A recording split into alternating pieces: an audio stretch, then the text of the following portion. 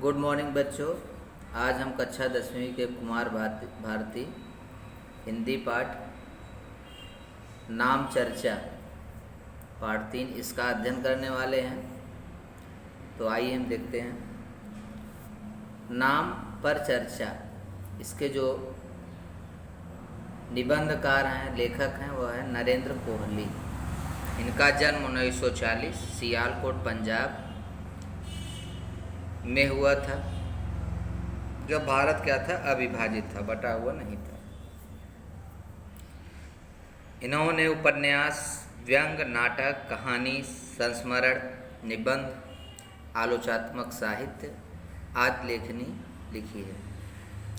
इनकी प्रमुख कृतियां हैं गणित का प्रश्न, आसान रास्ता, परिणति, नमक का कैदी, परेशानियां, त्राहि त्राहि, किसे जगाऊं, नेपथ्य, प्रवीणनाद, बाबा नागार्जुन, श्रद्धा, आस्था इत्यादि इनकी क्या है, प्रमुख रचनाएं हैं। तो बच्चों, यह जो नाम चर्चा है यह एक हास्य व्यंग है, यानी व्यंग किया गया है, यानी कटाक्ष जिसे बोलते हैं। और यह एक निबंध है। निबंध मतलब क्या होता है, नियमों से बंधा हुआ, उसे निबंध कहा जाता है। तो आइए हम नाम चर्चा पे देखते हैं। जैसा बच्चों आपको मालूम है कि भारत एक ऐसा देश है जहाँ पे अनेक उत्सव, त्यौहार आदि मनाए जाते हैं। यहाँ पर कोई भी काम हंसी खुशी के साथ किया जाता है। नामकरण तो खैर जीवन का एक महत्वपूर्ण संस्कार होता है। तो इसमें बच्चों जो है भारत में जो है नामकरण के ऊपर चर्चा किया गया है। वही इस लेसन में है कि नामकरण कैसे किया जाए। बच्चा पैदा होता है, वह शिशु अवस्था में जब रहता है, एक समय उसका निश्चित होता है। उस निश्चित समय के बाद घर वाले अपने नाते रिश्तेदारों को बुलाकर उनकी उपस्थिति में नामकरण संस्कार संपन्न करते हैं। शिशु के जन्म के बाद 11वें दिन नामकरण संस्कार किया जाता है। ज्योतिषी शास्त्र के अनुसार बच्चे का नाम रखा जाता है। नामकरण का प्रभाव शिशु के भविष्य तथा उसकी मानसिकता पर पड़ता है। जिस प्रकार से अगर हम अच्छा कपड़ा पहनते हैं तो हमारा व्यक्तित्व क्या होता है, निखर करके आता है, सुंदर दिखाई देते हैं। उसी प्रकार अच्छा और अच्छे नाम रखने से बालक जो होता है, शिशु, वह संपूर्ण उसके पूरे जीवन पर उसका प्रभाव पड़ता है। तो नामकरण करते समय इस बात का ध्यान रखें कि ऐसा नाम रखें ताकि घर और बाहर के लोग भी उसे क्या करें, उसी नाम से बुलाएं। तो इसमें जो लेखक है नरेंद्र कोहली, वह इसी पे चर्चा कर रहे हैं। वह एक विद्वान है।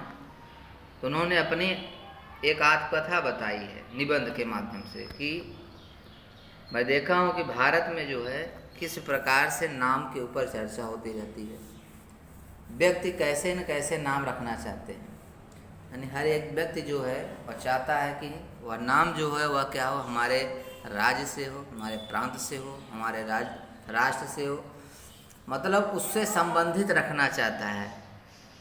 यानी कितना भी नाम सोच लिया जाए वह क्या होता है, उनके लिए कम होता है।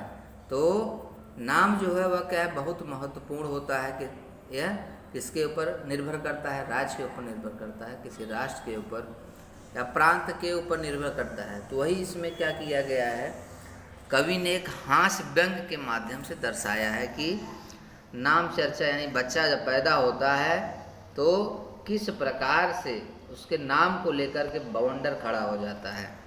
नाम किस प्रकार से रखे जाएं। लोग बड़े बड़े ज्योतिषियों के पास जाते हैं, बड़े बड़े ज्ञानियों के पास जाते हैं, पंडितों के पास जाते हैं कि बच्चे का नाम कैसा रखा जाए। तो लोग कैसे भी नाम रखते हैं, भले वो हंसी का पात्र हों।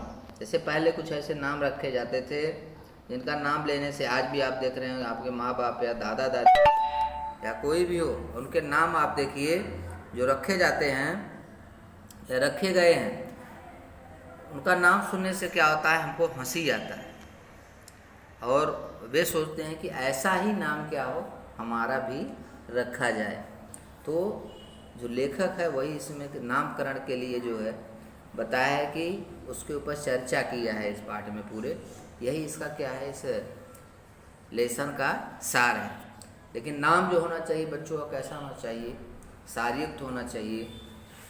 अगर नाम ही अच्छा न रहे तो निश्चित है कि, क्योंकि नाम का जो है असर व पूर्णतः क्या होता है बच्चों के ऊपर पड़ता है। इसलिए पहले लोग जो नाम रखते थे वह क्या ऐसा होता था, अच्छे नाम होते थे जिसका नाम लेने से लोग क्या होते थे, ईश्वर का नाम रखते थे, किसी अच्छे महापुरुष का नाम रखते थे जिससे नाम लेने से उनका नाम भी लिया जाता था, उनका उद्धार भी होता था अपने जीवन से।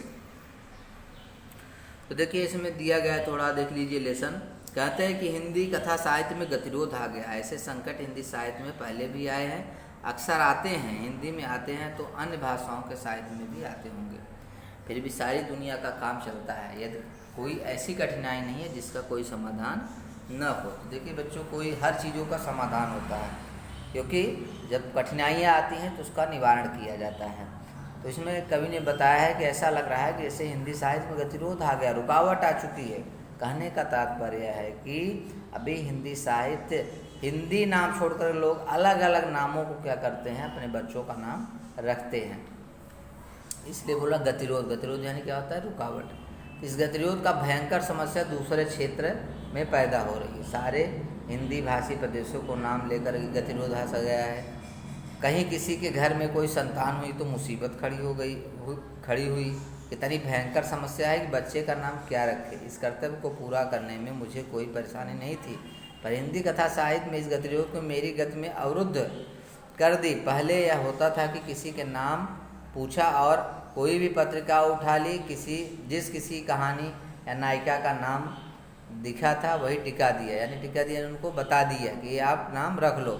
लोग होते भी इतने सरल थे कि झट से नाम पसंद कर लेते थे और रख भी देते थे। तो आज ऐसा नहीं रहा। ऐसा यानी लेखक जो है, निबंधकार जो है नरेंद्र कोहली कहना चाहते हैं। 50 कहानियाँ पढ़ जाओ, कहीं एक आध नाम मिलता है। यानी आज कहानियों में जो है नाम हो क्या होते हैं, रखे नहीं जाते। तो लोग यह वह से काम चला लेते हैं। हर कहानी के नायक का नाम यह वह, मेरी बात मान अपने संतान का नाम वह रखने को कोई भी तैयार नहीं है। नाम हिंदी का कहानी लेखक नहीं रखता और परेशानी मेरे लिए खड़ी होती है, ऐसा लेखक कहता है। मेरे मस्तिष्क में साहित्य टुटका आया, यानी जादू, कि मैंने सोचा कथा साहित्य में गतिरोध आने पर भी तो आखिर हिंदी कहानी पत्रिकाओं का संपादक अपना कार्य किसी प्रकार चला ही रहा है ना, कैसे चलाता है वह। थोड़ी ही छानबीन से पता चला कि कोलकाता बनारस बहुत दूरी है। बस कोलकाता से बंगला कहानियाँ बनारस में भी जाती हैं। मैंने हजारों लाखों बंगला नामों को पीट कर खड़ा किया और खड़ी बोली के नाम बना लिए। इस प्रकार प्रादेशिक इतना भी करने के बाद लेखक को क्या है, प्रादेशिकता आड़े आ गई।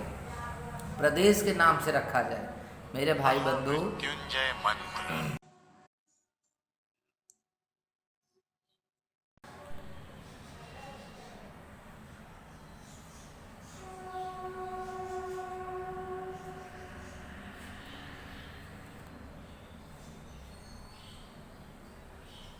महामृत्युंजय मंत्र।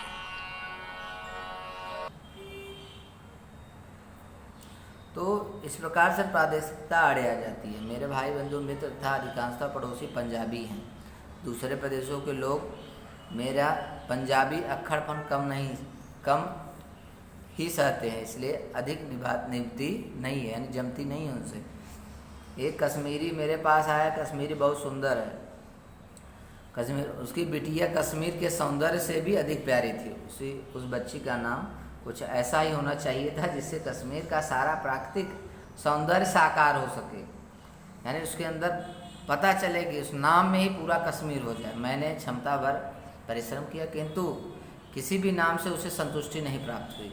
अंततः उन्होंने ही कहा कि यदि मैं कोई नया नाम नहीं दे सकता तो उनके सोचे हुए नाम का हिंदी में कोई अच्छा सा पर्याय दे दूं जो कि उस बच्ची का नाम रखा जा सके। मैंने उनकी बात पर्याय यानी ऑप्शन दिए।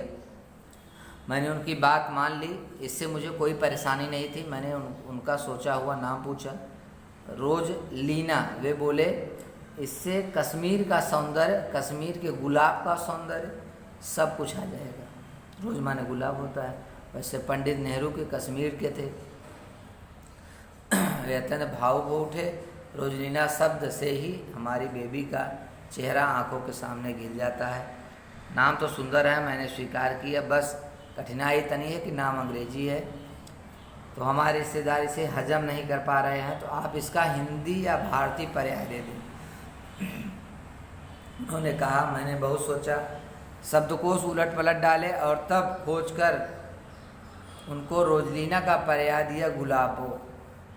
उन्होंने मेरा चेहरा देखा और नाक सिकोड़ कर बोले, आखिर पंजाबी हो ना।